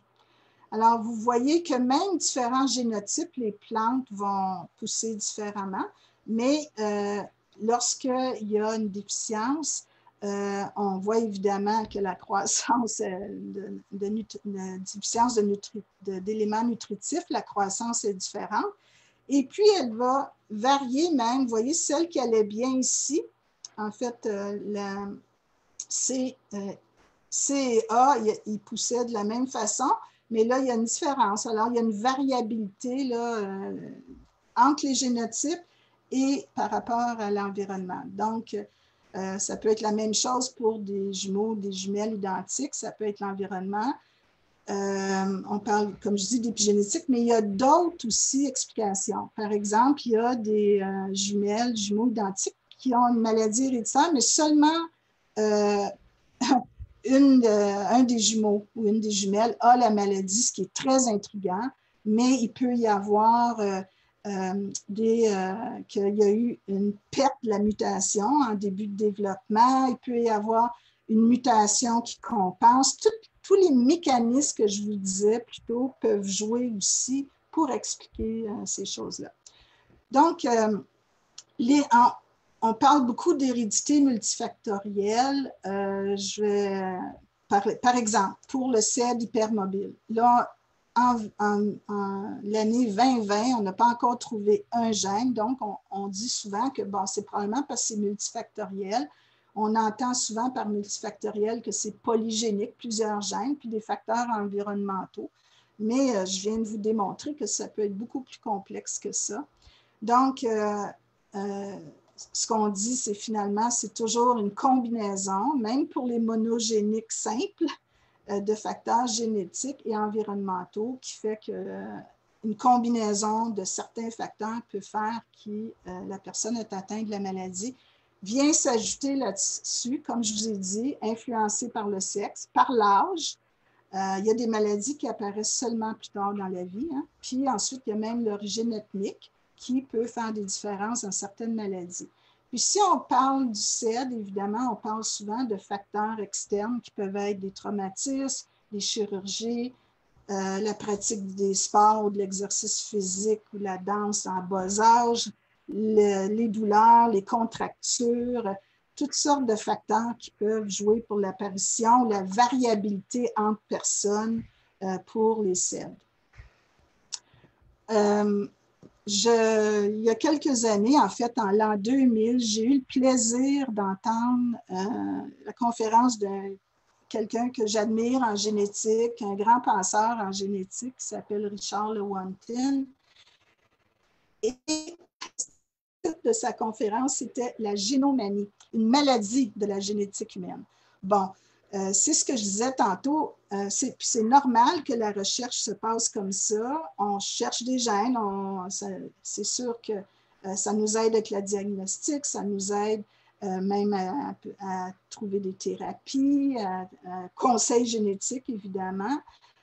Mais évidemment, avec le projet Génome humain, on pensait justement qu'on connaîtrait tout sur les maladies simples et complexes, que ça serait rapide, on développerait de la thérapie génique, toutes sortes de médecine de précision.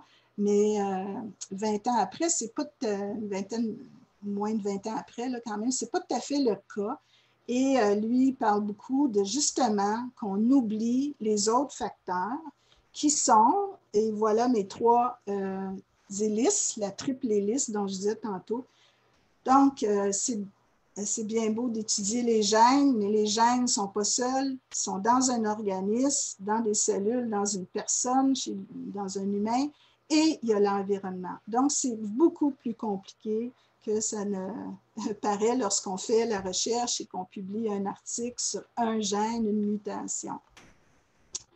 Donc, je vous l'ai dit tantôt, je vous ai montré tantôt là, la transmission seulement d'un chromosome, mais on a 23 chromosomes, il y a près de 20 à 25 000 gènes. Donc, même si on a un gène muté chez un individu ou transmis dans une famille, il y a quand même les 19 999 autres gènes qui sont là et qui sont en plus dans des combinaisons différentes chez chaque individu.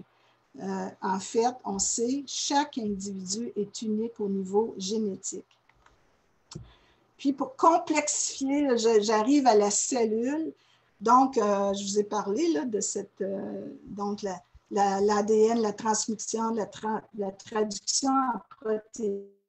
Et là, on a nos 20 000 ou 25 000 gènes ici qui produisent en même temps une quantité nombreuse de protéines. Ça dépend des cellules. Certaines expriment certains gènes, d'autres n'expriment pas.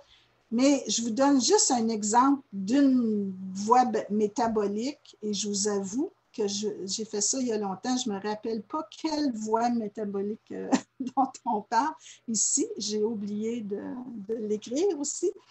Mais j'ai choisi une voie métabolique, mais ça, c'est quelques protéines dans une cellule alors qu'il y en a des milliers qui fonctionnent en même temps. Imaginez une usine avec 20 000 travailleurs qui font travailleuses qui font toutes des choses différentes, chacun qui en séquence et qui doit être effectué à tel moment, qui produit telle chose, qui doit ensuite aller à l'autre chaîne de production. Imaginez ça. Alors, la complexité, qu'est-ce qui peut arriver? Alors, il y a un article qui est sorti récemment qui s'appelle « Gènes et génomes » et puis la complexité non nécessaire dans la médecine de précision. En fait, il y a de la complexité nécessaire, c'est tout ça ici qu'on connaît. Puis il y a même la complexité non nécessaire, je ne rentrerai pas là-dedans, mais c'est des choses dont tu parles dans cet article, mais je retiens cette phrase qui résume bien, je pense, que ce que je voulais vous démontrer aujourd'hui.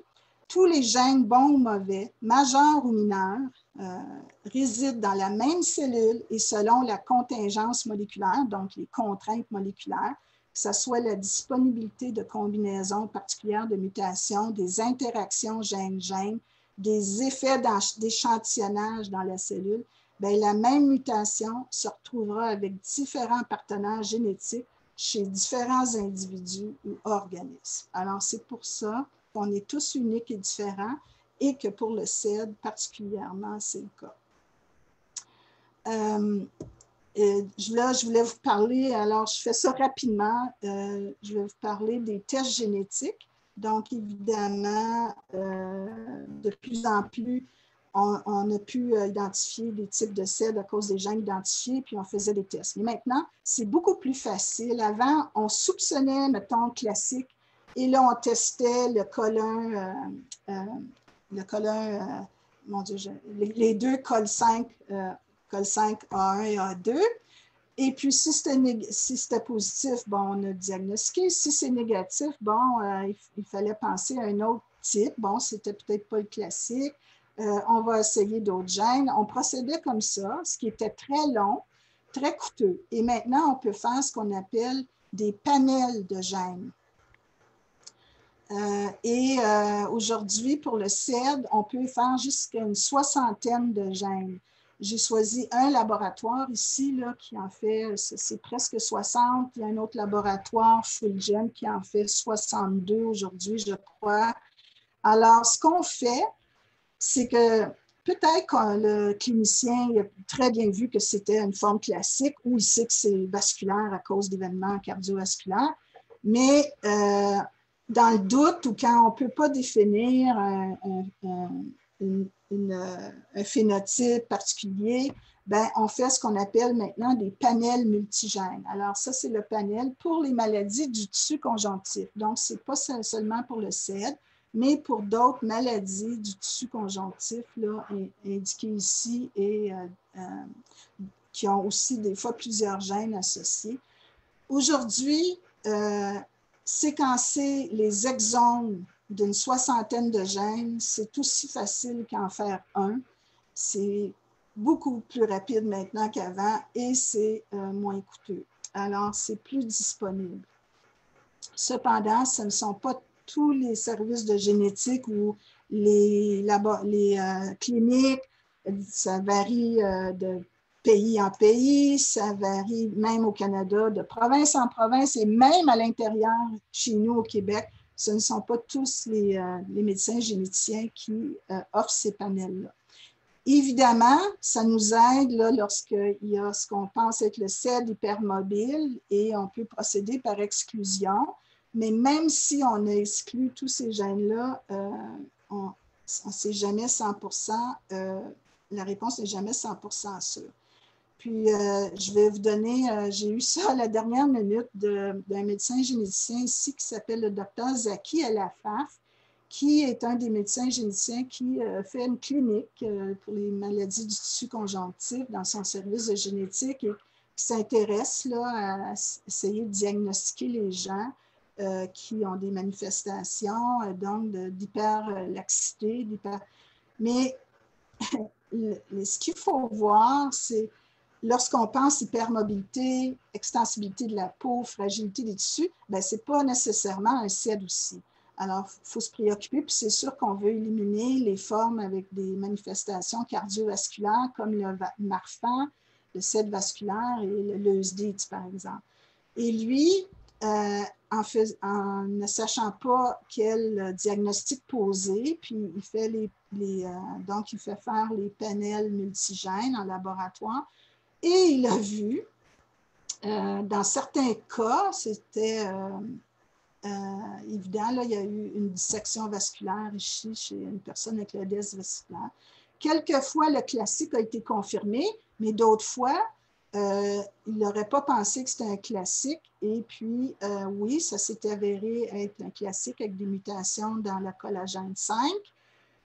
Ensuite, il a trouvé aussi une personne qui aurait 2 mutations dans le zinc finger, là, qui va être la cornée, le syndrome de cornée fragile, mais il n'est pas certain que le phénotype ne semble pas correspondre, mais il a trouvé une mutation dans ce gène-là. Ensuite, il a trouvé aussi un Loeys-Dietz qui était inattendu, qu'il n'avait pas pensé selon le phénotype que c'était un Loeys-Dietz. Un Stickler, un syndrome Stickler qui fait partie des maladies du tissu conjonctif et une famille où il y a la mutation dans le plodin pour le scoliotique, une autre, le Stickler et d'autres gènes même très surprenants qui ne semblaient pas correspondre vraiment de façon évidente à une maladie du tissu conjonctif. Donc, les tests génétiques sont utiles. On peut vraiment penser que cliniquement, c'est tel diagnostic, mais on peut ne pas le confirmer et même trouver une autre forme. Donc, si j'arrive au CED hypermobile, ben, c'est évident, là, le fait qu'on n'a pas trouvé de gène unique à ce jour, c'est probablement une maladie complexe, une génétique complexe. Donc, mais tous les mécanismes dont j'ai parlé tantôt peuvent faire partie de la solution. Ça peut être polygénique, oligogénique, des variants, une combinaison de plusieurs variants. Finalement, ça peut être comme toutes les autres maladies complexes qu'on étudie et pour lesquelles on ne trouve pas de gènes majeurs comme la tension artérielle, l'Alzheimer tardif, etc. Toutes les maladies complexes. Ce que j'ai oublié d'écrire, l'équipe ici qui a publié ça, mais il y a une tentative quand même de connaître les mécanismes par l'équipe de Colombie, Castori en Italie, où ils ont fait, eux, des analyses de protéines, des ARN, l'expression des gènes dans les cellules de peau de 5 femmes atteintes du type hypermobile. Puis ils ont trouvé plusieurs protéines qui étaient désorganisées, les fibrillines, les ténacines, les élastines, les collagènes, la fibronectine, des récepteurs d'intégrine. C'est des choses dans ma prochaine conférence que je pourrai plus expliquer. Puis, quand ils ont regardé l'expression des gènes, ils ont trouvé des gènes qui font partie de la structure extracellulaire, la composition autour de la cellule, ce que je disais tantôt, qui a un lien avec le muscle, d'autres tissus. L'homéostasie, c'est l'équilibre du métabolisme de la cellule. L'adhésion cellulaire, donc comment les cellules se parlent et s'attachent ensemble dans un tissu, les réponses immunitaires, inflammatoires, les réponses à la douleur et aussi dans l'équilibre qu'on appelle d'oxydation-réduction qui sont tous les métabolismes de respiration dans les cellules, d'énergie cellulaire qui sont souvent gérés par ce qu'on appelle les mitochondries ou d'autres voies métaboliques. Donc, vraiment, c'est pour finir, je vais dire, je voulais vous montrer comment c'est complexe et que lorsqu'on émet des hypothèses, ce ne sont que des hypothèses par rapport à entre autres, le CED hypermobile et il y a parce que tant qu'on n'a pas évidemment de preuves, par exemple pour l'épigénétique, il y a eu seulement qu'une publication sur le CED et l'épigénétique qui était vraiment très pointue. Donc, on n'est pas prêt d'expliquer le CED hypermobile que par l'épigénétique aujourd'hui. Il y a tous les mécanismes dont je vous ai parlé qui jouent sûrement et même dans les types monogéniques qu'on a déjà caractérisés. Donc, je reviens à ma conclusion qu'il n'y a pas de loi en biologie et surtout pas en génétique. Ça a été long. Je m'excuse et on a commencé tard. Peut-être un peu d'humour avant que je prenne vos questions.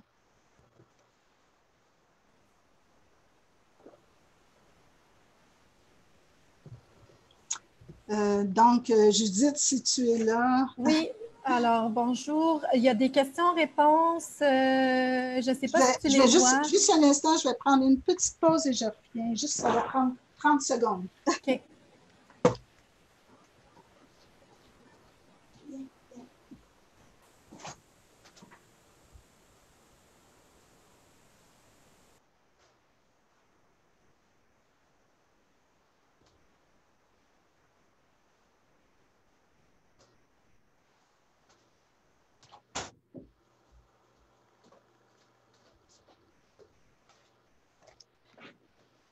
Excusez-moi.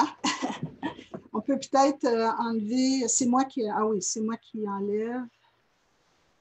Je m'excuse, j'avais oublié. J'ai laissé mon chien dans le bureau avec moi et il commençait à ventiler. Il fait autour de 32-33 degrés chez nous au Québec de ce temps-là. Il fait très chaud. Alors, est-ce que moi, je peux voir les questions, Judith? Oui, pardon, j'avais fermé mon micro. En bas, tu as Q et R, tu les as normalement? Bon, comme d'habitude, comme tantôt, je ne sais pas comment voir là. Je ne le vois pas, le menu.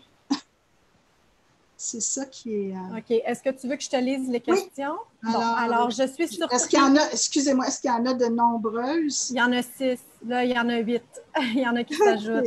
OK, parce que OK. bon, je m'excuse, il est midi 38. En tout cas, je vais répondre à quelques questions. Je ne vais pas vous garder trop longtemps, mais je vais répondre, oui. Alors, il y a une personne qui dit « Je suis surpris que les mentions de sexe H et F n'ont été faites que pour les chromosomes X, Y et XX ou pour faire l'exemple d'une famille ordinaire, maman, papa, garçon, fille. Durant mes recherches, le sexe assigné pourrait avoir un lien avec le SID, mais ça n'a pas été mentionné ici.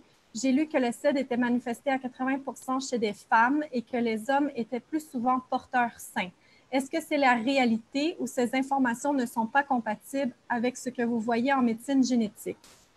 J'ai manqué, excuse-moi, j'ai dit le début de la question. Il y a un mot que je n'ai pas compris. Est-ce que tu peux juste relire le début? Je suis surpris que les mentions de sexe H et F n'ont été faites que pour les chromosomes X, Y et XX ou pour faire l'exemple d'une famille ordinaire, papa, maman, garçon et fille. Durant mes recherches, Okay, c'est beau, Judith, c'est le H et S, là, je ne sais pas à quoi on... Le sexe homme-femme. Ah! H et F, homme-femme. Ben, écoutez, je vous ai évidemment montré, évidemment, ce qui est convenu là, en génétique, là, nos 22 chromosomes autosomes et notre paire de chromosomes sexuels. Même ça, ce n'est pas si simple que ça, mais c'est en grande partie, quand les femmes ont 2X, quand un enfant a 2X, c'est une fille, un garçon, XY, c'est un garçon. Il y a des exceptions là aussi. Il y a toutes sortes de choses encore, on ne peut pas rentrer là-dedans, qui peuvent arriver, qui même, il y a de l'ambiguïté sexuelle.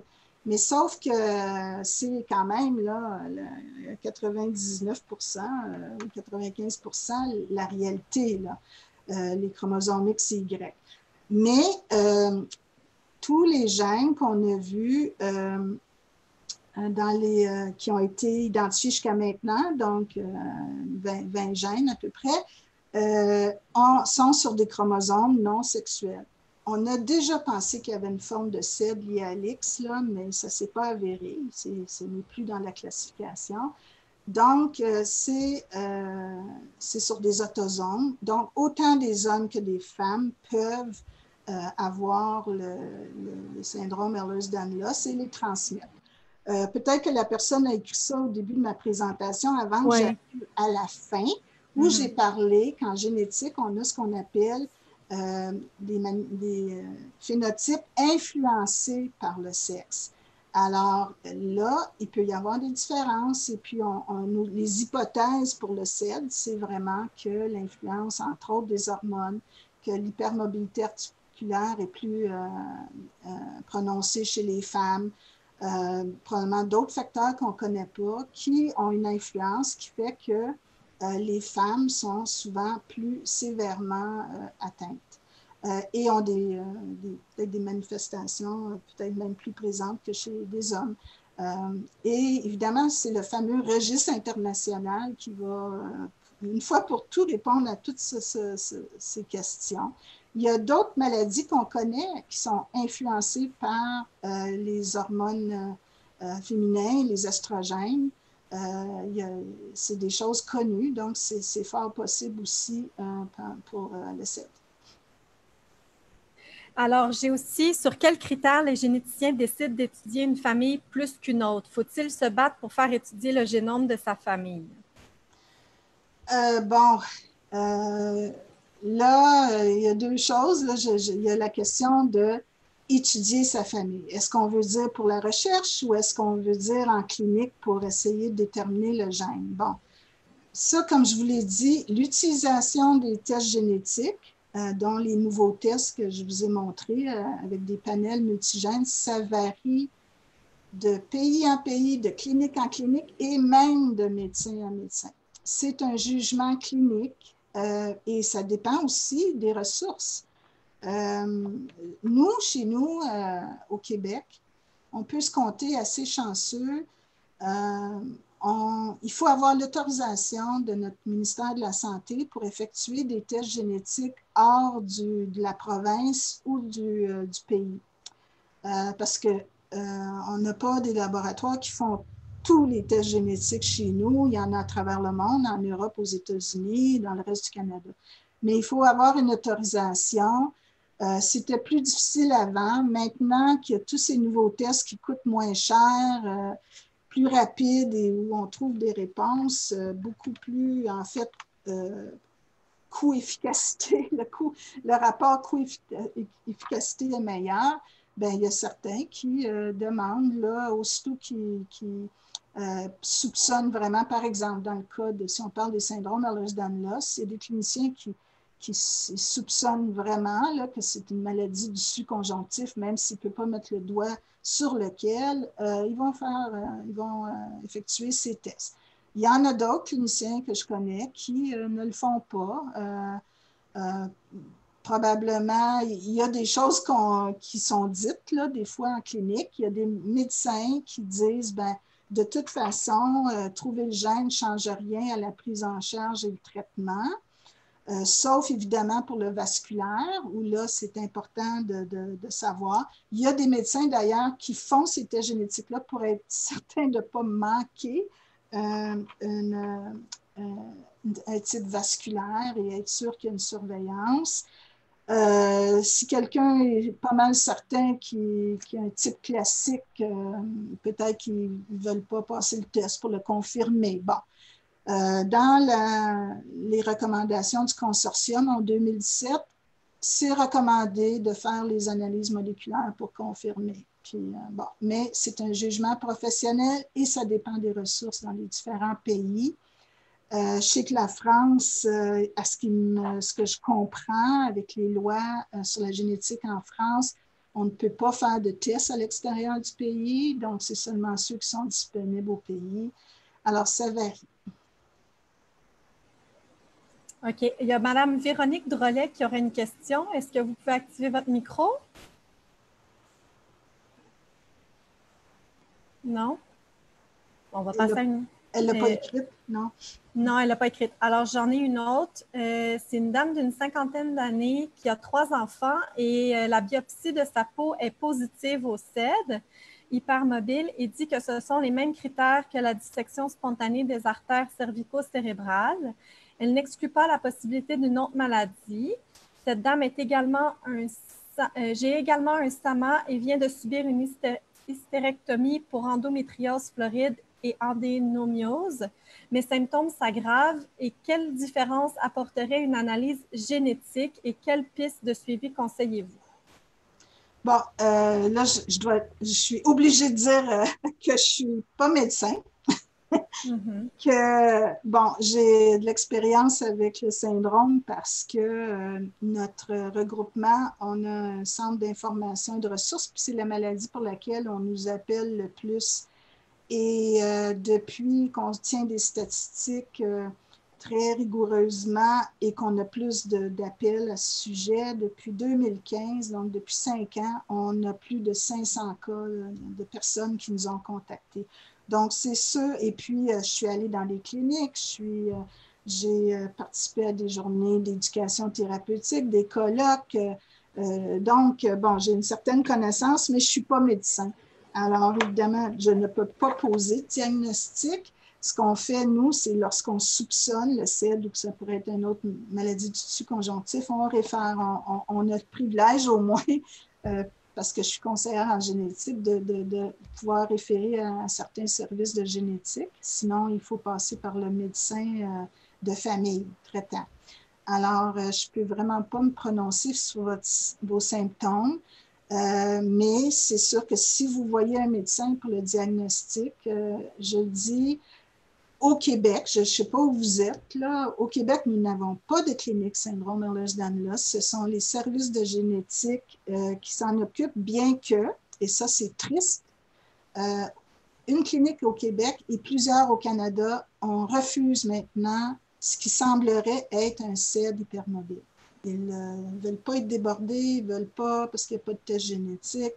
Moi, je trouve ça triste, là, mais donc, c'est de réussir à aller dans un service de génétique. Si vous n'avez pas déjà contacté notre organisme, vous pouvez le faire. On peut vous aider avec la référence.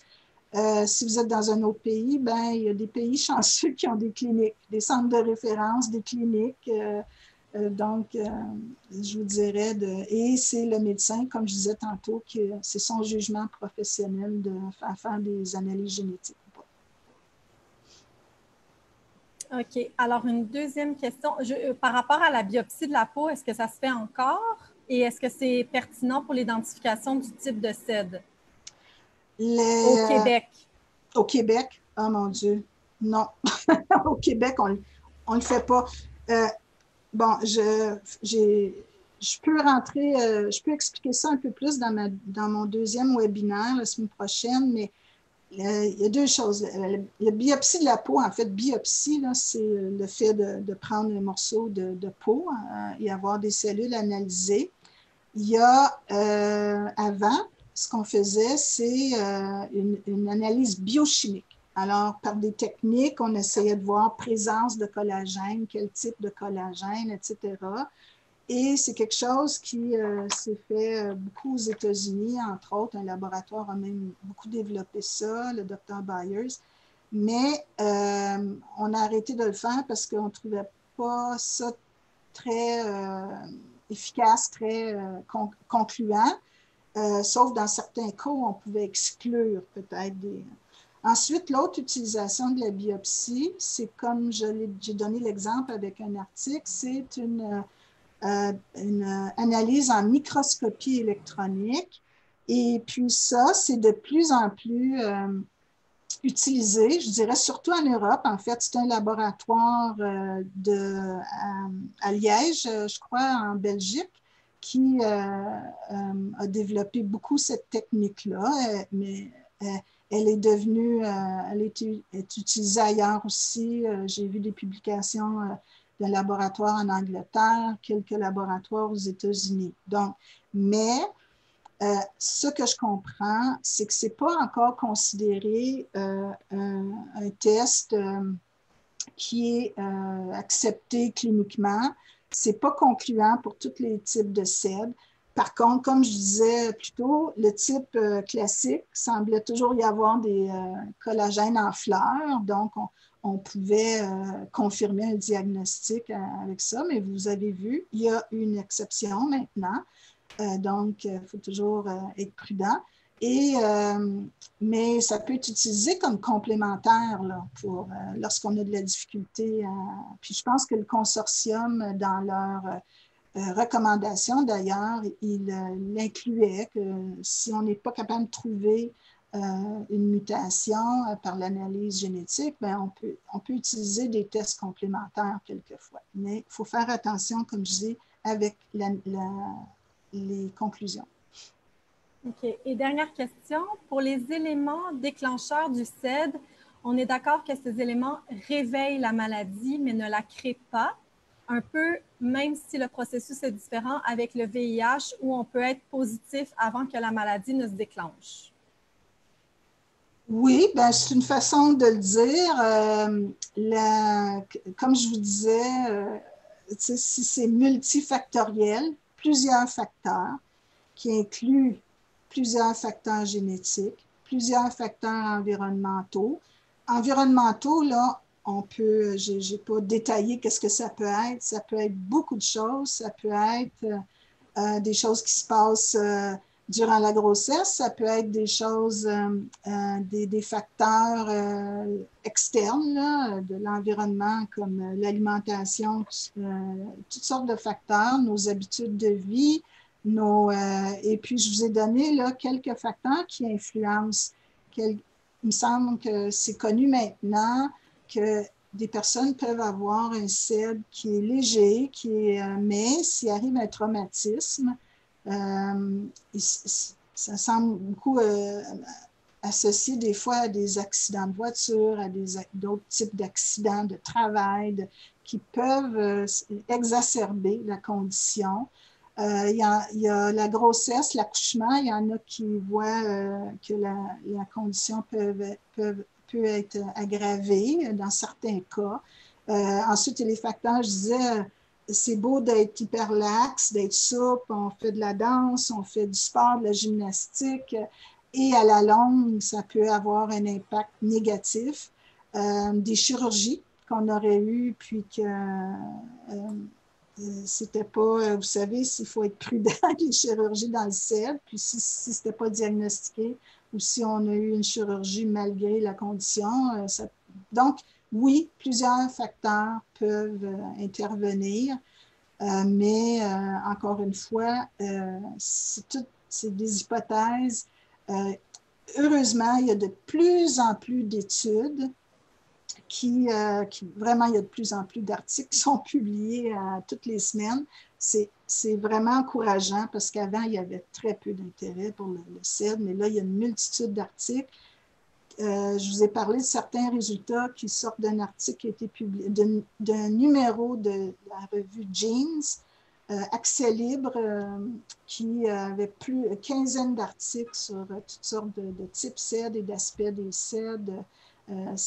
Même Accès libre, c'est intéressant.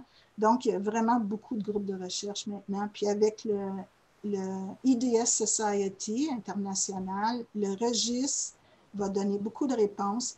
Et il y a l'étude HEDGE, dont je n'ai pas parlé, là, mais qui est l'étude internationale à partir de ce registre-là pour trouver des facteurs intervenant dans le CED hypermobile.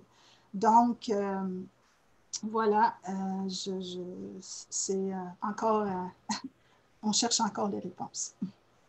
OK, alors on y va avec une dernière question. Est-ce normal que sur le panel qui m'a été fait pour tous les gènes, le seul qui n'a pas été testé est le TNXB associé à la forme classical-like? On m'a donc dit que j'étais CED-H, mais comme j'ai aussi des symptômes de type classical-like, je me demande pourquoi tous les autres gènes ont été testés sauf celui-là. Et comment me donner un diagnostic de CED-H si on n'a pas pu exclure le classical-like? OK. Est-ce que j'ai compris qu'elle a vu ça dans le panel que moi j'ai présenté? Est-ce que c'est ça qu'elle dit au début? Elle dit juste dans le panel, oui. OK, bon, ben si c'est normal panel... que sur le panel qui m'a été fait pour tous les gènes. Ah, bon. Bon, premièrement, ça dépend quand est-ce que ça a été fait. Je vais vous dire, la ténacine a toute une histoire. Vous avez sûrement entendu il y a quelques années. Ça a été fait en décembre 2019, pardon. Oh, bon, décembre 2019. Alors, l'autre raison, la raison que j'allais dire, ça dépend de... On pensait à un moment donné que ténacine B était associée aussi à l'hypermobile, qu'on avait trouvé des familles, que ça pouvait être le premier gène identifié. Il semble que ça s'est perdu avec le temps, cette notion-là, mais donc, il y en a sûrement qui ont été testés dans le passé, puis c'était peut-être pas inclus autre chose. Moi, je savais aussi, au Québec, Dr Zaki à la face le testait, mais parce qu'il était probablement dans un panel aussi, mais j'avais su que dans certains pays, comme on trouvait rarement des familles avec une mutation dans la ténacine, qu'on ne testait même plus.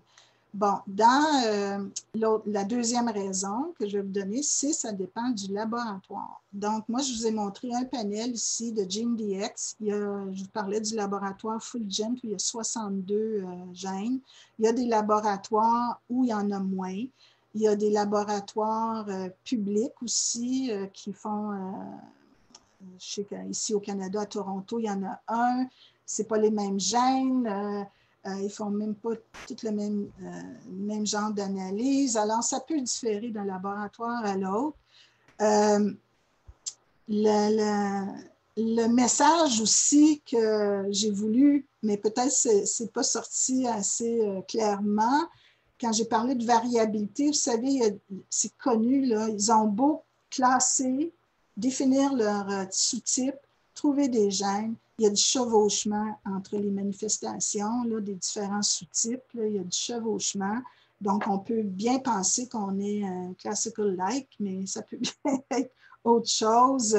Je vous ai montré la diapositive du docteur Elafaf où il a été surpris de trouver certaines choses selon l'examen clinique qu'il a fait. Donc, alors, je ne sais pas, ça peut être, il faudrait parler au médecin qui a fait le test de peut-être ajouter la ténacine. Là. Ce que je n'ai pas dit, en fait, c'est qu'au Québec, on a trouvé beaucoup chez plusieurs personnes, on a trouvé des variants de ténacine, mais c'est des variants, j'en ai pas parlé de ça, mais c'est les fameux VUS. Ce n'est pas un véhicule utilitaire sport, là, mais c'est un variant of unknown significance, un variant de signification incertaine. Quand on a ce type de variant, les cliniciens ne les acceptent pas comme étant une mutation qui cause la maladie parce qu'on ne le sait pas encore. On n'a pas la preuve que ces variants-là peuvent causer la maladie. Alors, je sais qu'on a trouvé plusieurs de ces VSI ou VUS chez plusieurs personnes avec le CED au Québec. Alors, en tout cas, c'est sûr que si vous pensez que ça peut être ça, puis vous pouvez convaincre votre médecin de faire le test. Ce serait un autre gène à tester. OK, bien, ça fait le tour des questions. Alors, il y a une chose que j'ai pas mentionnée, puis je pensais peut-être avoir des questions. Je pense que je vais le mentionner là, rapidement. J'ai parlé de la transmission héréditaire autosomique dominante.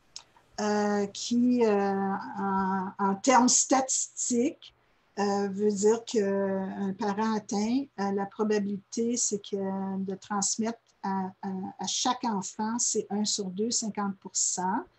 Mais c'est des probabilités. Donc, quelqu'un qui est atteint peut avoir 2 enfants non atteints, 2 enfants atteints, un enfant atteint, un enfant pas atteint. Toutes les combinaisons sont possibles parce que c'est du hasard, comme je vous l'ai dit. On a mis dans la classification de 2017 que le CED hypermobile est transmission autosomique dominante, comme si c'était mendélien, alors que, mais c'est vraiment ça aussi un mystère, parce qu'on ne trouve pas un gène qui pourrait expliquer une transmission mendélienne.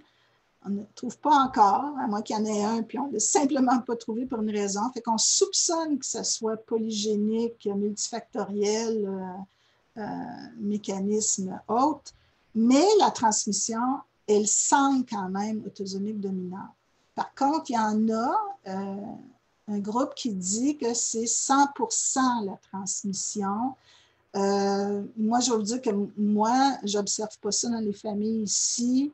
Je ne connais pas d'autres cliniques qui observent ça. Là. On ne l'a pas vu publié, on n'a pas vu. J'essaie de comprendre qu'est-ce qui peut arriver, que leur famille se transmet à 100%, mais on n'a pas de preuves là. En tout cas, ça aussi, ça reste un mystère élucidé, le 50% pour le CED hypermobile, mais le 100%, on n'a pas de preuves non plus de ça. J'avais une dernière diapo juste pour vous donner nos coordonnées, là, mais bon, peut-être que je vais avoir la difficulté encore à partager mon écran. Mais bon, juste pour terminer, pour les gens, en tout cas au Québec, là, on a toujours notre centre IRAR, Centre d'information et de soutien pour les maladies rares, avec une particularité pour les syndromes Ehlers-Danlos. On a aussi un groupe de soutien là, qui s'est constitué au Québec, qui a une page Facebook qui est active, dynamique. Et donc, vous pouvez toujours nous appeler là, pour de l'information et des références. Évidemment, des questions sur la génétique, c'est ma spécialité, donc vous pouvez toujours nous contacter. Et puis les gens d'ailleurs, suivez-nous, notre page Facebook, notre site internet rqmo.org. Puis je vous retrouve certains pour, j'imagine, s'il y en a qui veulent entendre plus les aspects moléculaires. Ça a l'air dru et tout ça, cette science-là, mais je vais essayer vraiment de vulgariser c'est quoi ce tissu conjonctif. C'est complexe, mais on va essayer de le rendre simple. On va voir la complexité aussi de pourquoi il peut y avoir vraiment différentes manifestations du CED. Et je vais résumer les études, les dernières études qui ont été faites, surtout pour le CED hypermobile. Alors, pour ceux à la semaine prochaine, sinon, merci, au revoir. Je suis désolée pour les petits problèmes techniques et la longueur de mon webinaire. Au revoir. Allez, bonne journée à tous.